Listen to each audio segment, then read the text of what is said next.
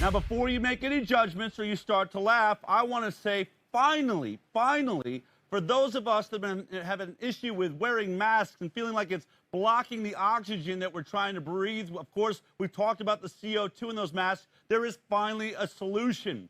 And, if you look at it, it's called the COVID collar. I'm investing in this company. If you want to reach out, just go to info@ICanDecide.org, and I'll show you how you can invest into this incredible fashion-forward statement that is taking the world by storm. You may think I am making this up. You might think this is absolutely crazy. What next?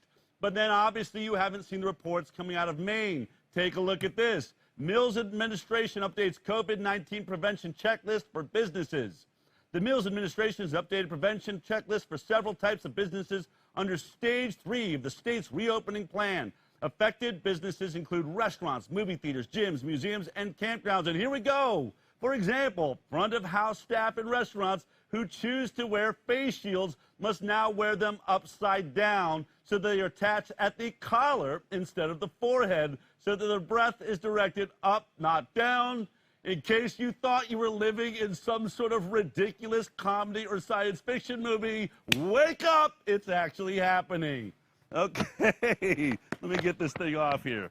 All right, here we go. All right, for those of you that are joining us for the first time, we're being censored all over the place. We've been kicked off of YouTube. I want to say that we are working diligently to build a platform that is strong enough to handle the hundreds and thousands of you that are attempting to watch this show live every Thursday at 11 a.m. Pacific time.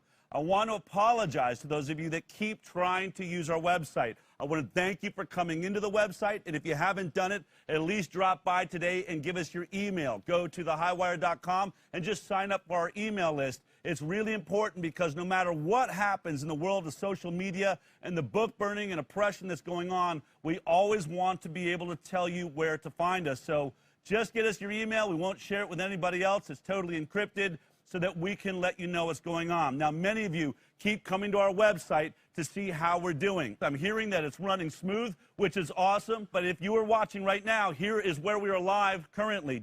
Could change at any moment. Obviously, Facebook.com/HighWireTalk. You can watch us on Twitter at HighWireTalk.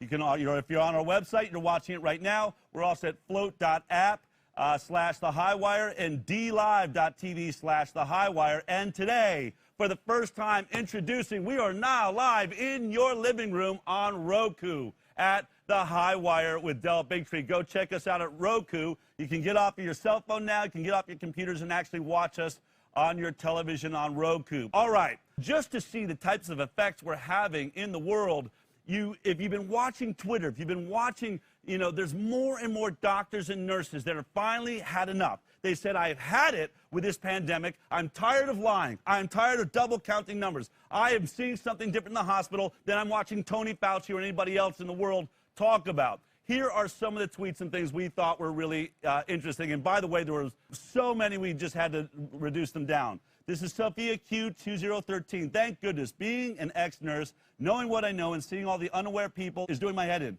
They believe the crap, do not use common sense nor research.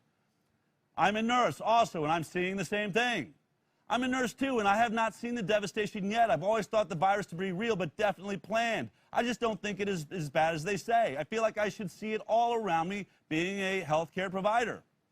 ICU RN here, and I've been saying this is a scamdemic for months. The numbers aren't there, so COVID-19 is being used as a blanket diagnosis, and people have stopped dying of anything else.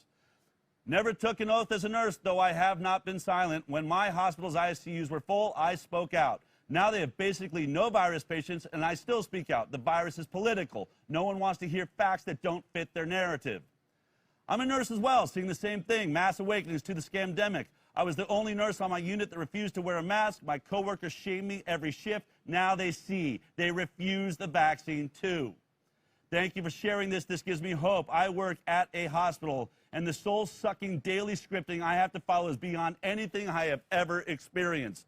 My unit is the designed COVID unit. We've seen 5 COVID patients total. Our patient census is so low that almost all of us are losing 12 to 24 hours per week. And the last one, as a nurse, I can say that in the last few days there's a mass awakening going on with nurses. More and more openly talking about this as a scam. It is happening. People are waking up.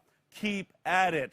That's right. Keep at it. Now, you've been seeing us present these nurses and doctors on the high wire since this all began, the beginning of this year. But it's really nice to see them now speaking out. I can't tell you how many have been informing us behind the scenes, afraid to speak out, saying, you got to know what's going on in here. We're not seeing the numbers. I just spoke to an ER doctor the other day here in Texas that said the exact same thing. It is not in our hospitals. And by the way, he said hospitals are always full. This is what we do for a living. You don't have a hotel and expect to have empty bedrooms, and we don't have hospitals expecting empty beds. Every single night, we want them all full. When they say they're full, it's simply the way hospitals always are. If you like that clip, then be sure to check out our live broadcast of The High Wire every Thursday morning at 11 a.m. Pacific Time.